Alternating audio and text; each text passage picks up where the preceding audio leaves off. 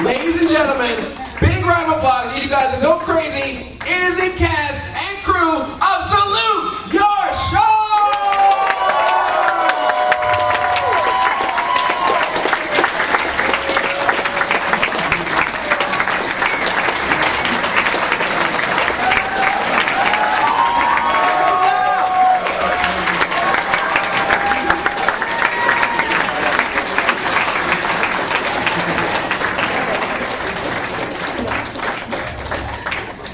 Ladies and gentlemen, this is the first ever panel for Salute Your Shorts Reunion. Give it up! First ever!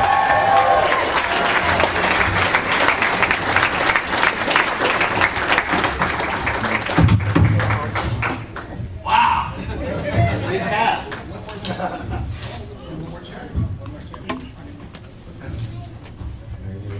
Away here. So I believe we have a little episode, a little mini clip to start this whole thing off with, so if you may. Let me guess, there's oatmeal involved. Eggs.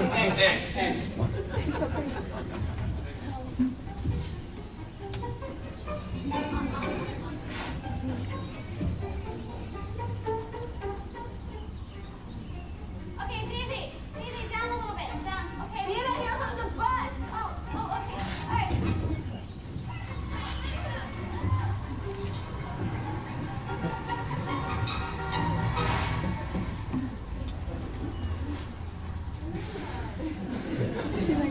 This is Dr. Khan, your leader.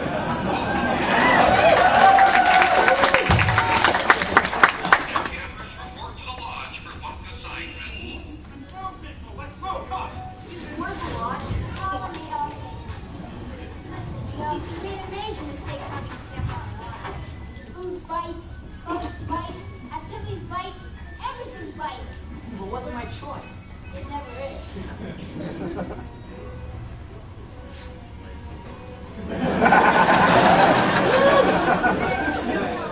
Have a nice trip. Hi, I'm Bobby Bunny, usual camp greeter. Extending my hand of friendship to the newest member of the Camp on the Lawn.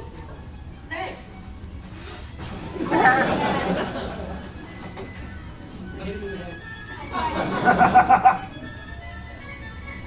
Where are they going with my stuff? What is it? Look up there. Look! Must be new kid in camp. Oh no. What is my underwear doing up the flagpole? Looks like it's flapping in the breeze. You know what I'd do if I were you? Turn around and go home? No. I suggest you stand at attention, click your heels, and salute your shorts. Come on, everybody! Everybody, Salute Your Shorts!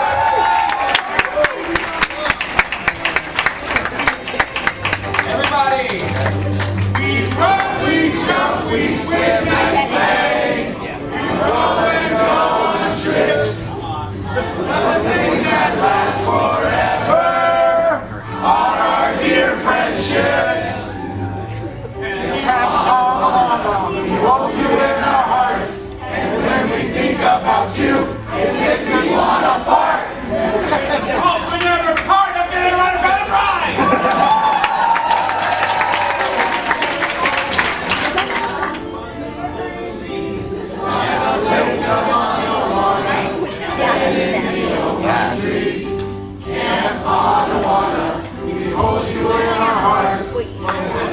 About you, this thing is down the heart.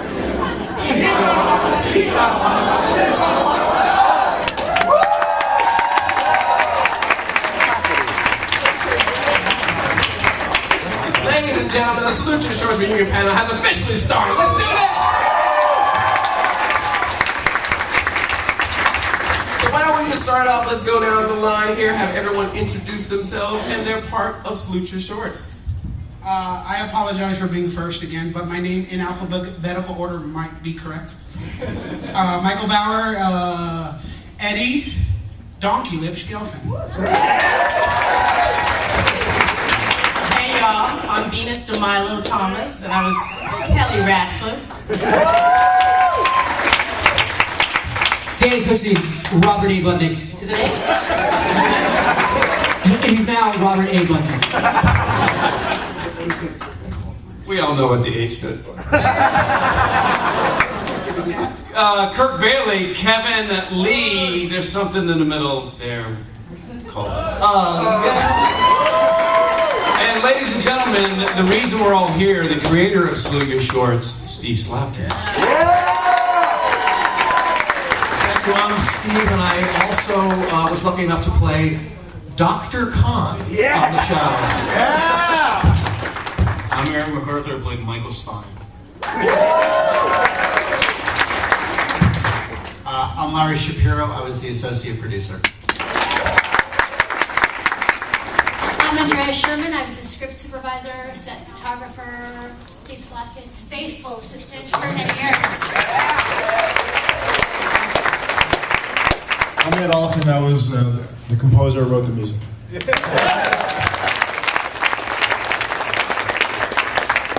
And I'm Heidi Lucas. I played Dina. And can you set it up at an angle where you can feel over the last few years. We actually have another person, unfortunately could not be here, but left a video message for all of you, which I hopefully will be able to play. I think this is it.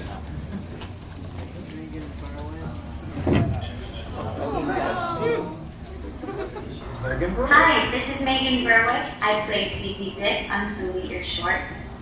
And I'd like to say hello to all the fans and everybody who's there at Stan Lee's Kamikaze Expo. I am calling you from Port-au-Prince in Haiti, where I work for the government of Haiti running a social protection program. It's called Ti Maman Chérie, which means Dear Sweet Mom, and it's to help moms who are sending their kids to school. Alright, so this is about Salute Your Shorts. One of the best times of my life was definitely my summers at Camp Anawana. And my favorite memories were definitely the times that we were all together. When we did Cinderella play, when we had a food fight, when we were digging up treasure for the Sierra Madre. I love our cast members and the people we worked with more than anything. Dina was my big sister, and Venus, or Telly, was the tough and tumble one, and definitely made sure that I learned how to play sports. I think one of the worst moments for me was when my character Zeke had to score a soccer goal, and I think you've all seen the YouTube video by now, but it took me probably 27 takes. Yeah, my mom signed me up for ballet classes, not soccer, as a child, which was pretty embarrassing for the entire crew watching. But I did get over that trauma because we got to have food fights and spend the night in the Batman caves in the Hollywood Hills and fight Zeke the plumber in the middle of the night. Those were pretty awesome experiences. My favorite episode of all of them, oh, this is brutally hard. I mean, it's either the first one, because everything was so new, and we all were getting to know each other, or it was the last one, because we all loved each other so much, and it was like, oh my goodness, this can't be over so soon. But no, I think I'm going to go with Zeke the Plumber, because I love horror movies, and I was definitely the scariest to film.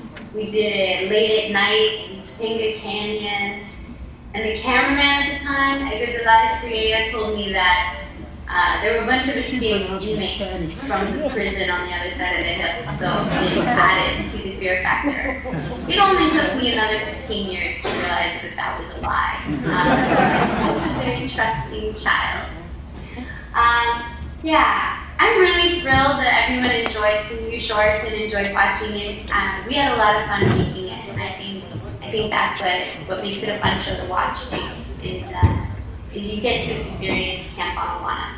All right, it's been wonderful talking to you, and I wish a big hug and kiss to everyone who's there, especially Michael Bauer for setting this up, and everyone else who made it there. I wish I could be there with you. All right, talk to you soon. Bye.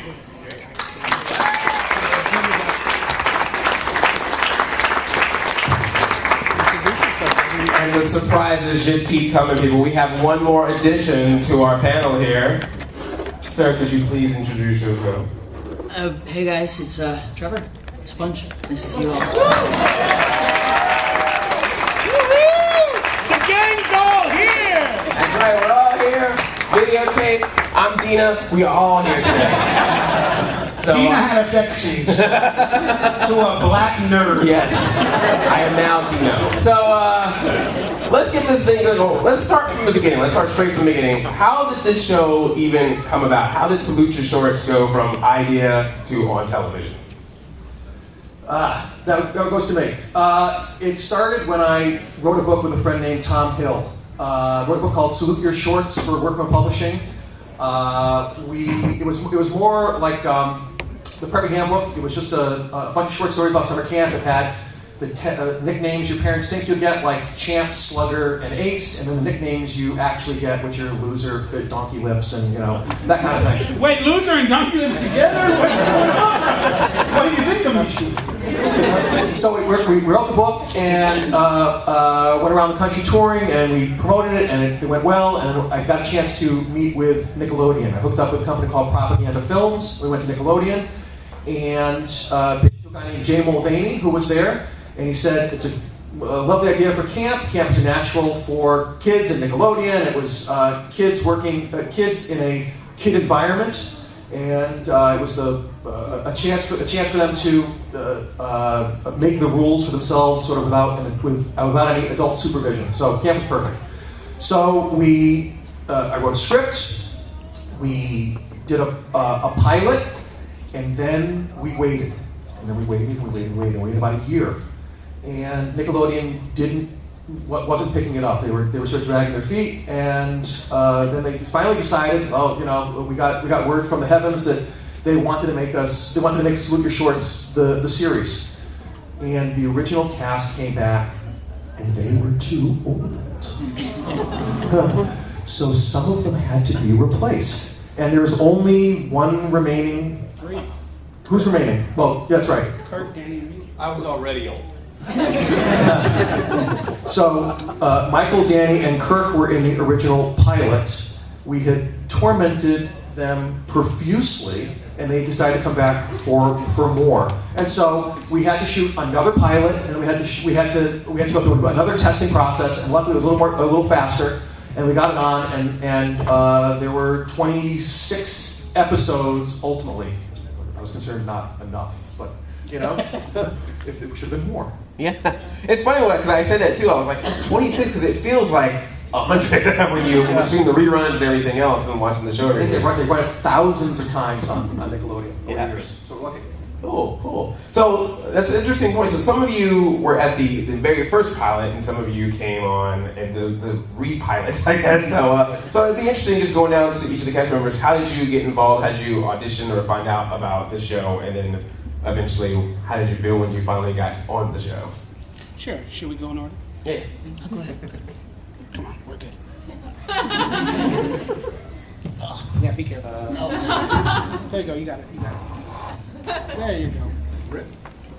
Well, I was one of the youngest cast members, so I always struggled to give any kind of real meaningful answer here because I was 12, 13 at the time, and what was the question? I can tell you this. I remember, it's funny the memories that you have, and sometimes they're logical or rational or not, but I remember hating my bowl haircut and my mother for making me have it, and the glasses were real at the time, and stepping up the steps for the callback, and having the confidence that my life was about to change in a profound way. I just got this sense that I got this in the bag because I am this guy. I have that brain. I am that sponge. So it's been a totally transformational experience, and just so blessed to have been a part of it.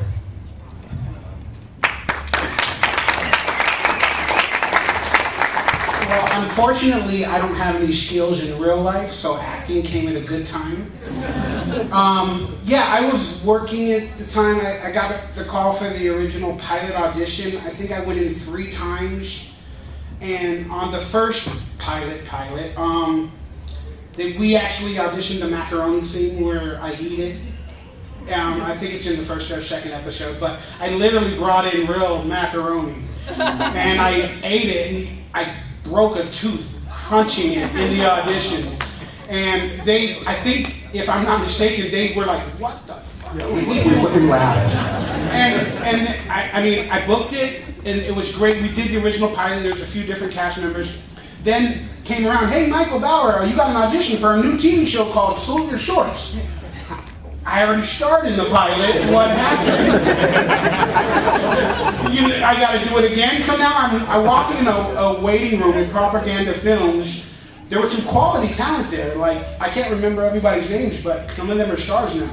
Why did they bring me with them? I don't know. But beyond that, I went in again, and then I saw them in the room, and they were like, oh, Michael, what are you doing here? I'm auditioning for the series I'm supposed to star in already. I went in, did the same exact thing, ate macaroni, broke a second tooth, and the rest is history, because they gave me the part again, so I think they really enjoyed it, and it was a pleasure working with everybody again.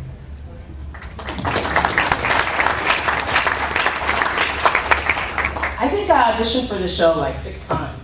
And I auditioned for every role, all the girl roles. So I got into Zeke, and then I got into Dina, but I think Telly was closest to my heart. And I had a lot of fun with her, playing a tough girl. So that was fun getting into character. And then when I found out I got it, it was just like, it was crazy. I knew something was gonna happen big. I didn't know what it was, how it was gonna affect my life, but I knew from that moment it was gonna be different.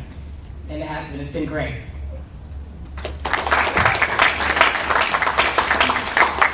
See, I think it was just a regular audition. Agents called and said, we got something I think you would be perfect for. I said, really, what's it about? They said, the guy's an asshole. I said, what are you trying to say? And so I basically went in and did my thing, and that's pretty much it.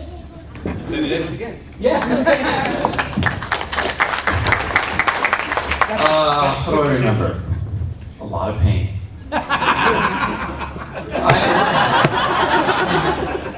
I originally auditioned for the role of Zeke. They loved what I did. And I remember getting the call and going into audition for Nickelodeon in New York, and then Propaganda ultimately, and meeting this guy. And we kind of hit it off. He goes, you're gonna have your plate full because you're the only adult on the show. And I had to do an audition where I don't recall exactly, but I typically sprang on the bunks and surprised the campers, right?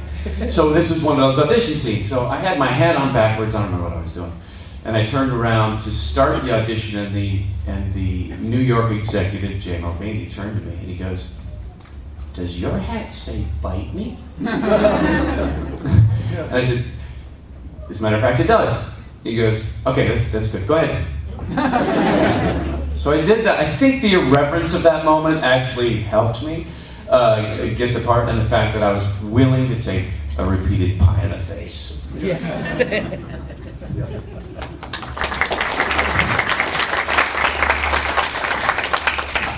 This is really sort of a surreal experience for me, because I have literally not seen these people since they were 13 or 14 years old. I mean, until Sponge walked through the door, I haven't seen him for 25 years. So it's really amazing and wonderful and breathtaking to see this, and to see, really, to have you guys here as well, because we sort of did the show in a vacuum. We were in a warehouse out on Sepulveda Boulevard in Lancashire, deep in the valley. And Sun Valley, baby. Yeah, and so we would write the show. We'd walk through a little hallway, open the door, and there were the bunks. There were fake, flimsy walls and big plastic trees and cots and things, and we never knew what was happening. So the show would go out on Nickelodeon. We never knew that there were actually people out there watching it. So this was really sort of a great treat. So and it's really nice to see, really nice to be up here with all these folks. That's great. So it's nice to see everyone. So thank you for coming.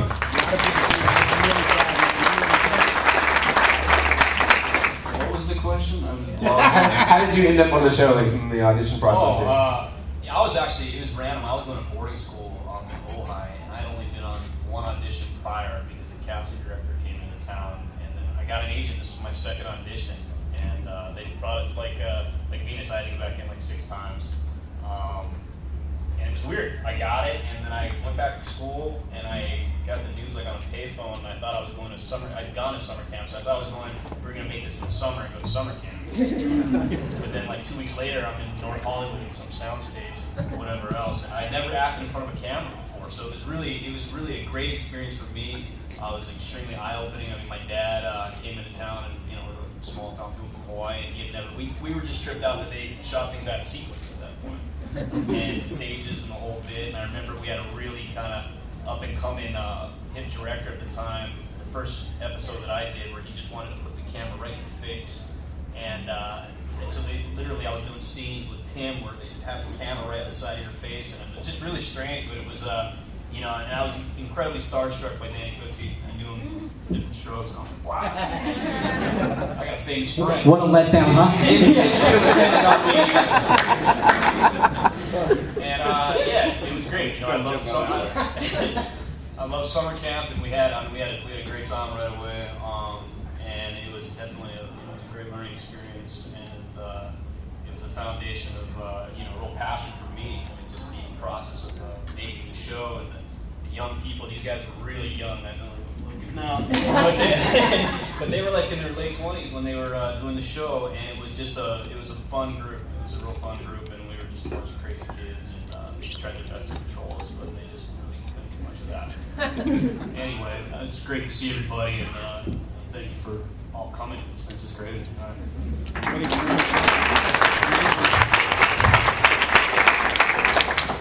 I was a production manager at Propaganda Films at the time, and our head of production gave me the script, and I read it and asked me if I wanted to work on it. And when I read the script, I was like, I went to this camp. I think I was the only East Coaster that actually went to these camps other than Slavi over here. And so everything he wrote, I was like, oh yeah, we did that. We had those street fights. Oh yeah, we snuck out of bunks at night and walked across, and we always had those Zeke the plumber stories. So it was really part of my, upbringing. So I loved the show, and my job was to, when Slavi and his team wrote the scripts, I would break down the scripts and figure out how we shoot these scenes and where we shot the scenes and what order we shot those scenes. And we would look at the script and say, okay, what are they doing to Kirk this week? So that was my role.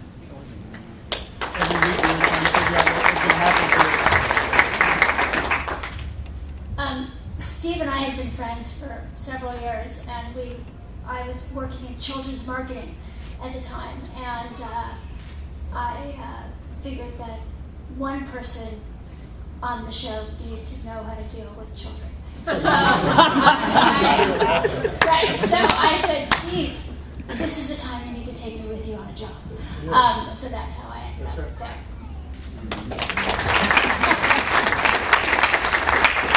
Well, Steve and I we're from roughly the same area of Connecticut, and we had both moved out here, and we didn't know each other, but there were some forces back there that were trying to fix this up. And at the time, I was writing music for a show called Head of the Class, and Steve called me, where we. My aunt gave me one of those phone calls. When you're in California, you gotta call Ed. Call Ed. So I think the last thing I wanted to do was call Ed. Meanwhile, Ed's there at the end of the table. What was the first year? Salute Shorts? 90? Right. So it was like I'd been doing Head of the Class for 2 years, and at that point, Steve and I got hooked up, and it was Kismet, and we wrote a great theme song with the word fart in it. That's right. And I'm the only member of ASCAP who actually has the word fart in his lyrics. And I Googled it. TV theme songs with the word fart in it. And we are the only one.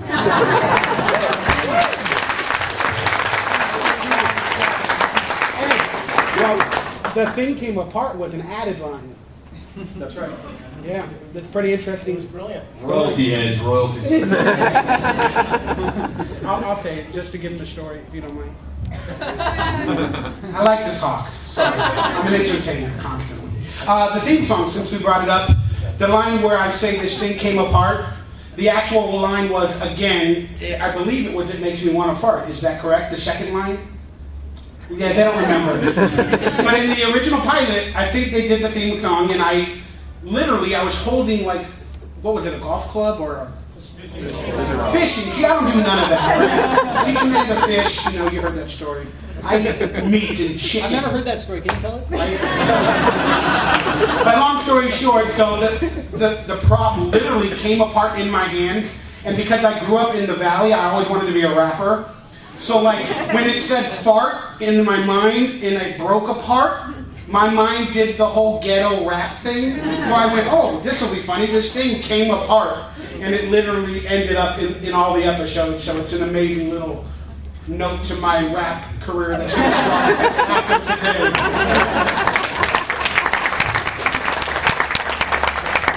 I can't wait to see the 8 Mile movie on that one. I grew up in the hard streets of Salute Your Shorts, man. Camp on a One for life. So, when you were filming the show, did it feel like camp? Did you feel like you were actually at camp, or did it just feel like you were just doing any kind of television show? I think every day on the set, I mean, I know it kind of sounds Pollyanna and cheesy and nostalgic, but it really was. I mean,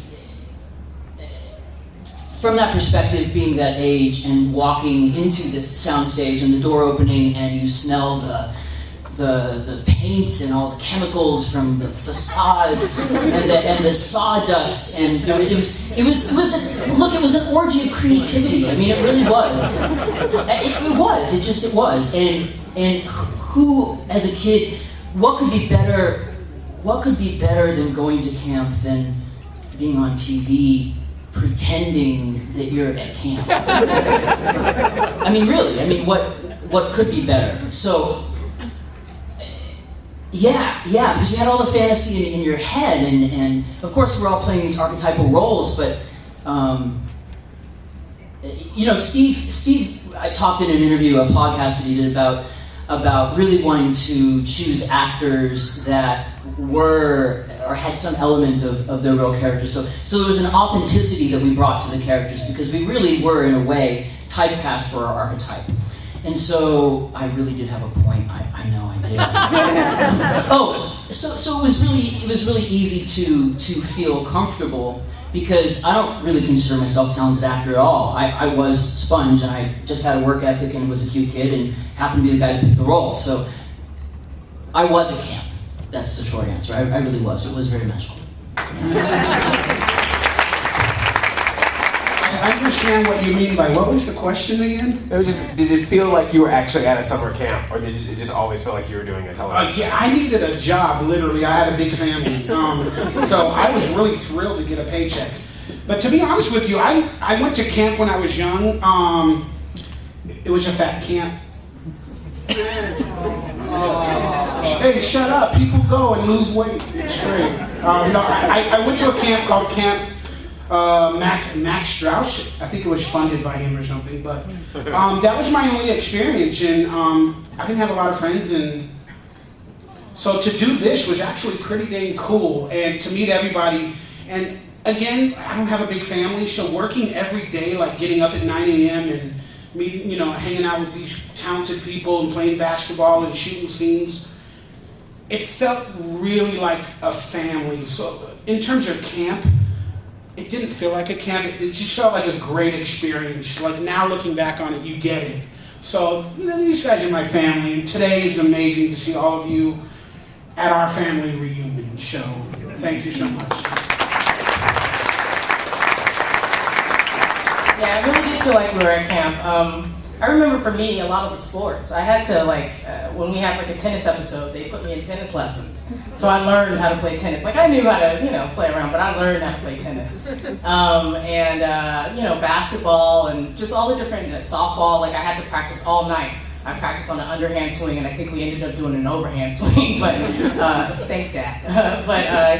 It was a lot of fun, and getting to be outdoors and having school outside and being in bunks and just having fun with all the cast and the crew. It was a blast, and it was like it wasn't a job. It was just us being in the woods all the time. It was fun.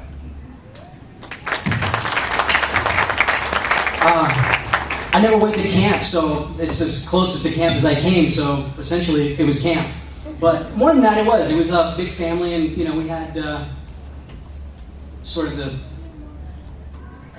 common area there on the other side of the stage, the warehouse there, and we all came and had lunch, and hey, it was like a family for what, 2 years, 3 years?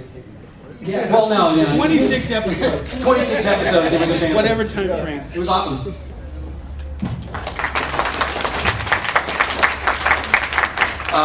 For me, I went to camp. It was nothing like camp. Not at all.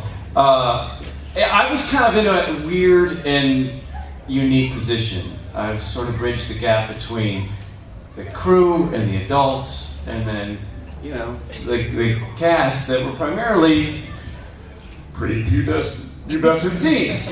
So it was a blast. They had their place to play when we were at the warehouse and hang out, and Danny would bring his guitar and we'd jam. He and I would jam a little bit, and he'd teach me how to play. I still can't play. We did a kick-ass version of More Than Words one night. Yeah, we did Counting Crows, which we may revive today. Not likely, but... And then when we weren't at the warehouse studio in North Hollywood, we would either be doing exteriors at Franklin Canyon or off Coldwater there, or Street People or something. And that was really where it felt like we were hanging out outside. And it was nice. We had a really good time, a balance between play, and these guys were trying to learn at a very young age what a long day of work is about. And Larry and his fine above-the-line help with trying to keep them in order. And they'd bend my ear on occasion and ask for my help. But it was a lot of fun. We really, for the most part, were learning as we went. Nickelodeon hadn't done a lot of this type of single camera stuff, right? They hadn't done anything. We were the first off that ledge. But we had a really, really good time. And we kept it light. What you saw and what you see in those episodes were us pretty much playing. I got two of these. He's such an actor. I love these. I liked summer camp. I worked at a summer camp for 12 years in Maine, and so I got to relive all my camp years with these guys, and I got to torment all the kids. What? Put that down. Hello. This is Dr. Khan. I'm at camp. Sorry. Yeah. So one of the reasons we cast these kids was because we wanted kids to be kids. That was sort of a real special thing. Is that we didn't want makeup to come running in and do their hair. We didn't want them in makeup and lipstick on. We wanted just the way they woke up. Their hair crazy, and if they got braces, that was fine. I remember one parent came to me and said, "I've got some terrible news. My daughter wants to get braces." It was like, get them. She should have straight teeth the rest of her life. I mean, just because she's on a TV show, I don't want to have her have a terrible overbite, So get the braces. It's okay. So we want kids being kids, and that's why these guys were so great, because they were really natural, and they brought their own great energy to the show. And just to add to that, I think what you may brought crazy energy to it, like crazy Don Knotts. Go ahead. It wasn't a slick show. It wasn't slick for us. We were just hanging out. He kept it light, and it wasn't about... I think when you see TV shows with kids in it now, the cuts are all 2-second long cuts. It's really fast. It's slick. The music boom. It's kind of old cool TV where we just what we did, you saw. It wasn't anything bigger than that. I had just I've been a couple years out of film school, and I was like, Nickelodeon's giving me money to make a television show. This is unbelievable. They're giving me all the toys to play with in the world. And so I thought, it's never going to happen again. So I had to jam in as much entertainment as I possibly could. And I wanted to do my little cool film school tricks. I wanted to make it, I loved the Three Stooges, and I loved What's Up Doc, and I love Woody Allen, so I wanted to try to get in as much different kinds of comedy as I possibly could. And so we got the kids to a physical comedy, and Kirk especially, I think, bore the brunt of most of the physical, really sort of the physical abuse. And there Now, was... wait a minute now. I mean, train tracks, There was- I mean, Twinkies. That's true. You got your pies in the face. Because everyone got filthy and muddy and Dirt in the mouth. Well, I lost you got dirt in the mouth? I lost an eye thanks to the cursed skull. The cursed skull? Yeah. Okay, wait a minute, Sponge. What happened to you? What were your ailments? Ongoing now? As a result of the Get show? out of pen. I mean, mostly just therapy from. I mean, Michael, what happened to you? How did you get hurt? Remember the melon, the cassava melon? Yes, the melon. It was supposed to be a skull, but you guys put 2 sticks in it? Yes. Well, according to the camera, we had to be closer because I take up a lot of space, and so we had to get closer for the shot. And Danny Cooksey is holding the melon here with the sticks, and me and Eric or whoever. I have a list. Has that not been established? So, tell them about the time when you had to say. So thank you everybody for coming today. It sounded more Jewish. But the worst part is, he had to go audition for Steve Slavkin at Salute Your Shorts. Go ahead, try that one. I think the worst part is Jewish. Jewish people. No. So he had to hold the sticks or the melon, and then we had a scene where we all agree and we go, yeah, and then he made up a name for a freak from a movie called The Freaks. And with the character named Slitsy. Oh, Slitsy, yeah. And we all went, yeah, we're in the order of the skull, Slitsy. And then I bent down my head, and the damn stick went right in my eye. And I have a permanent Salute Your Shorts line that tells me, hey, I was on a show. Everywhere I go, it's like, hey, you were on a Nickelodeon show that never paid for your injury. Fucking great. So to this day, I have Steve, Kurt, Danny, and Venus in a cassava fucking melon. Venus, how did we torment you? Oh man, I remember there was a big pie fight with me and Dina, Heidi, and that was a long night. I mean, it was past midnight when we were doing that. Yeah, and I remember, it was crazy. The next day, I had to take my entrance exam for high school. So I didn't get much sleep that night, and I had whipped cream in my hair from the night before. Your sinuses. Yeah. Oh my goodness. So yeah, we would do a scene, and you get the pie in the face, and then you have to wait, and then they reset it again. You just have to wait with all the stuff on your face. Okay, let's do it again, and everyone's just chilling and everything, and you're just sitting there with whipped cream all over your face. Oh, let's put more in our eyes. It was more in our eyes before. But it was. Gosh, it was so much fun to be able to repeatedly hit someone in the face with a pie. It's so rewarding. So it's great. Oh, that was a funny question. I somehow was good question. Lucked out. I was never injured. Nothing untoward ever happened to me whatsoever. I somehow, I was the you're a fucking rebel. Slick black. Kirk, did you have any injuries? Nothing did you have any injuries? I was fine. No one touched Nothing me or happened in to the Kirk. show. I was never in jeopardy anymore. I'm sorry, I can't hear Every you. There's a bunch of you. This is actually true. Go ahead. This is true. I was in love with Mona. I still am in love with Mona. Christina? Kavanaugh? Christina. Yeah. In that episode, or series of episodes, what? Fell out of the boat. No, I longed for her as she drove away in the boat, staring after me like. And I dove after her. I don't remember if you remember that, but I dove after her into Franklin Canyon Swamp. It's not a lake. It's a reservoir. It's a reservoir with lots of algae and odd things in it. And just as I landed in the water, in Ugg fashion, I decided to make it special and splatter. And I turned my head like this, and I popped my eardrum. And I blew out my left eardrum, and I just kind of floated there thinking, I'm gonna die. And they're all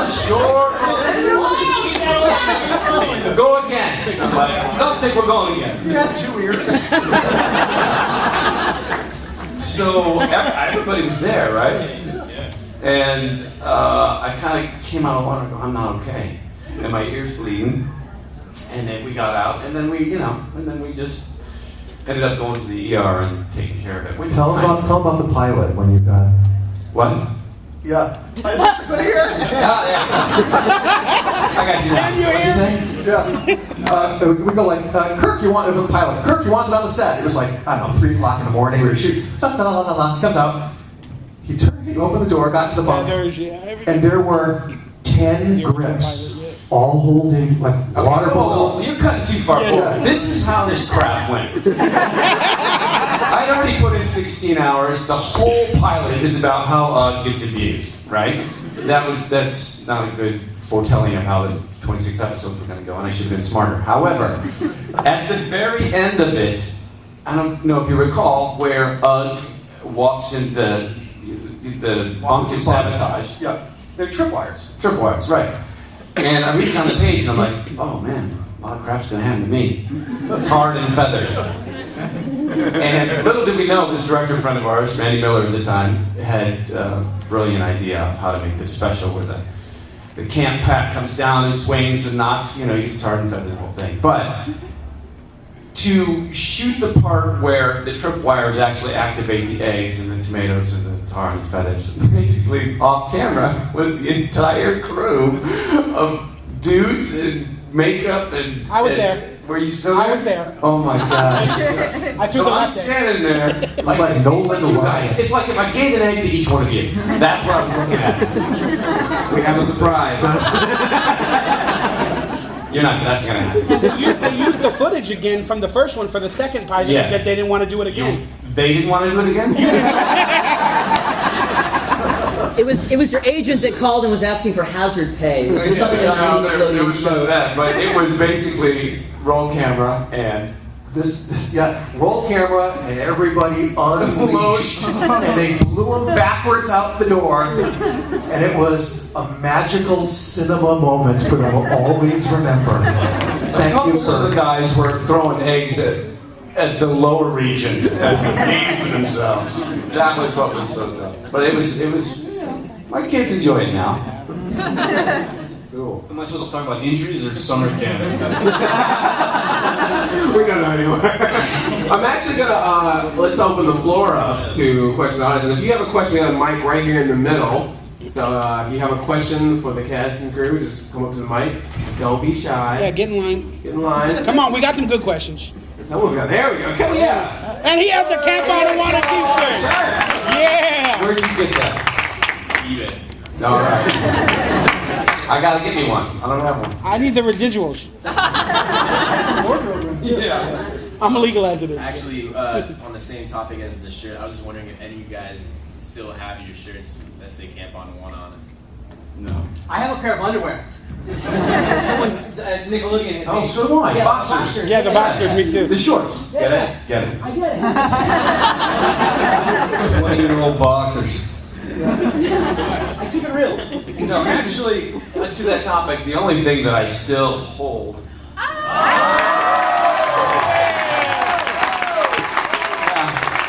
as I left the house today, the family was like, "You don't have that shirt?" I go, "I don't think I got that shirt. You got those boots?" I said, Wow, the fucking cameras came out. Look at it. What do you got?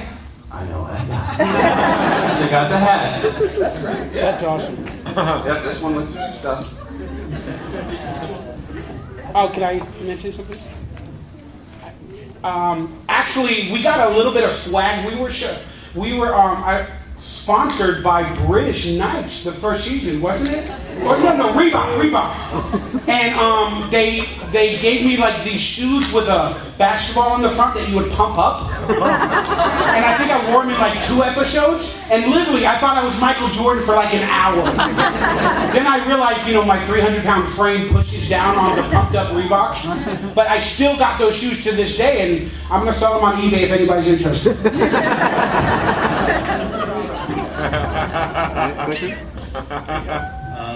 My question is regarding basically, you guys were young when you were all doing that show, and the personalities, the archetypes, there were archetypes, but they identified with a lot of people that were watching the show, kids, things like that. You were saying the glasses were real, so that your role was dear to your heart.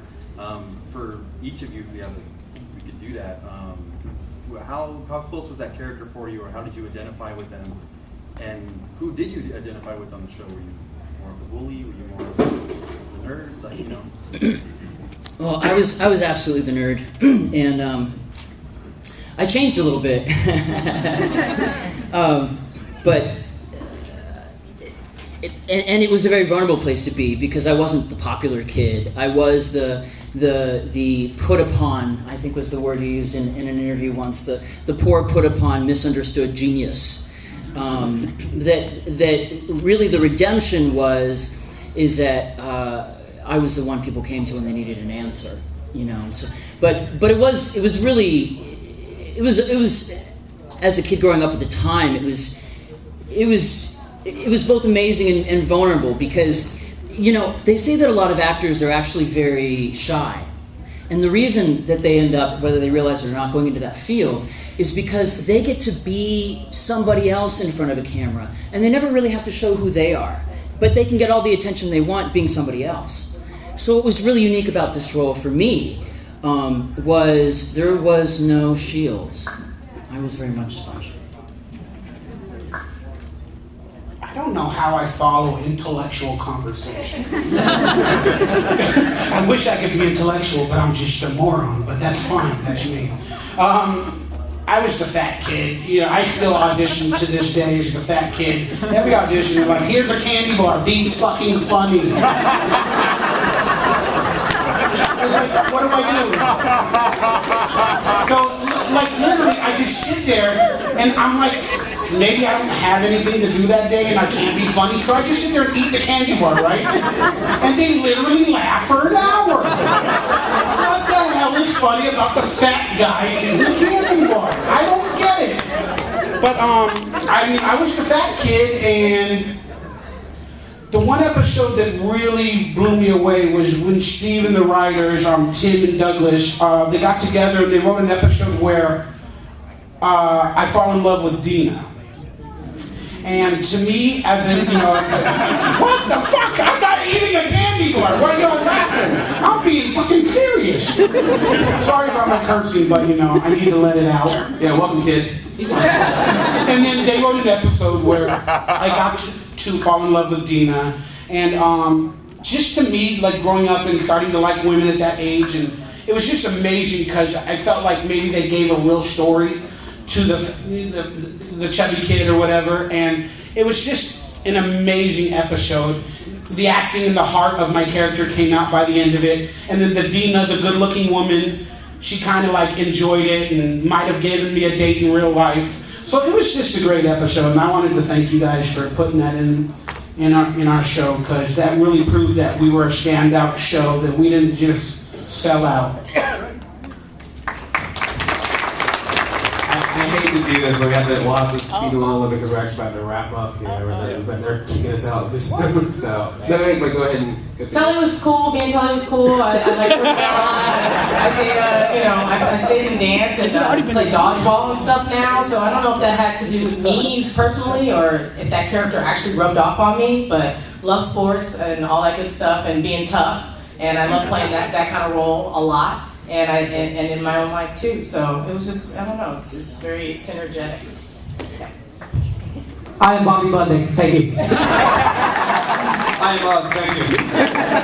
No, the truth be told, I grew up with 4 brothers, and the kind of slapstick that I was lucky enough to fall into with this character and Steve presenting it to me was really fortuitous, because that kind of stuff we did all the time growing up. It was the Three Stooges, it was Evan Costello, it was Tim Conway, it was Dick Van Dyke. For me, I think that's missing from today's comedy, and I feel really lucky that I got a chance to do that. We tried to show kids doing kid stuff, and I think these guys did a really great job, and I want to thank all of them for being here. And I want to thank Devon for putting us on film. I thank you for hosting this thing as well. They just actually pulled me off the street, put me in front of the camera. You can finish those. Just say a fanboy got this whole thing started. It's such an amazing story. I actually think the genius of the show was Nickelodeon. We were in the days of MTV, and Slavi, to his credit, was always pushing the cast and pushing the crew and our production staff as to how do we make this unique? How do we take these music video sensibilities, this single camera type of show, and how do we bring that really to the mark and put it and make this show different? And I think that's really why the show clicks. And it was Steve pushing everybody, making sure that we were doing something different and unique, and it was great. The other thing is, Mr. Spanakopita came from our caterer who literally every day, for some reason, would serve Spanakopita. And that's one of my favorites. I think we have one. Do you have it just quick? Yeah? Real quick. Do it. Yes, another Camp Onawana shirt. This is a three-part question. I will come down there. Hey, Danny, I know you do lots of voiceover work, and you were Snoop Kid on Hey Arnold. Who would win in a fight, Bobby Budnick or Snoop Kid? Well, one's a fucking cartoon. I know. Anyway, did you guys ever prank each other, like on set and screw each other, like behind the scenes? Did you have camaraderie and, put shame in each other's shoes or something? I gave you the last question, man. You gonna ask somebody if a cartoon character could be alive? Look, y'all know Montana next will be them all. So I guess any final thoughts or being on the set or the experience? I just want to ask. I look out here, or we look out here, and I see a median age, kind of, but there's some flexibility in that, and it crosses over generations and stuff like that. I mean, I drive through In-N-Out, and the dude stops me and he goes, "I think I know you." That happens all the time, and it's generally in a range of 22 to 30-year-olds now. So I'm just kind of curious if those of you with children or those of you with older, parents watched it with you, or if it was just click this middle generation sort of thing. It's curious to me. Yeah. Can I just get back to that? We'll do that. Okay. Yeah, I want you all to stand. Well, I don't know if many of you know this, but this all happened, and this is our first panel. We don't know if we're going to have another, but Devon Whitehead is a fan, and he found us all on Facebook through the internet and did his job and begged us to show up, and one person after another decided they're going to come and show up, and he put it all together. This is the gentleman, the fan, Devon Whitehead. And again, we're not working with Nickelodeon, and we don't know if we're going to do this again. We're not Pete and Pete. We haven't sold out officially. So we're. This is better than Pete and Pete. He's trying to take the microphone from him. I just wanted to thank Devon and everybody. You guys are amazing. I'm sure we're going to be signing autographs or doing something. So figure it out, and we love you. Thanks for coming. All right, guys. The cast and crew of Salute Your Shorts are going to be at booth 1557. There will be Camp Onawana t-shirts available there, as well as sponge t-shirts available. Booth 1557. Have everyone exit out. Good to see you, brother. And give these guys one big round of applause. Salute Your Shorts and everybody. Go to 1557 and show these guys some love. Thank you guys for coming out. Did you have trouble parking or something? The place is hard to find. That was awesome. Thanks, brother. Thanks for showing up. I know it's a And I'm little late. Andre from Black Bear Comedy on the YouTubes. If you do the YouTubes, do that. And then Felicia Day, a friend of mine, is. Yeah, she's doing another panel at this room? Yep. Right after this one? Yeah, she's at 1 p.m. Do you remember the teacher that brought it? Like right now. Oh, here, look. If you want to hand one of them, I made it just for song. Focus.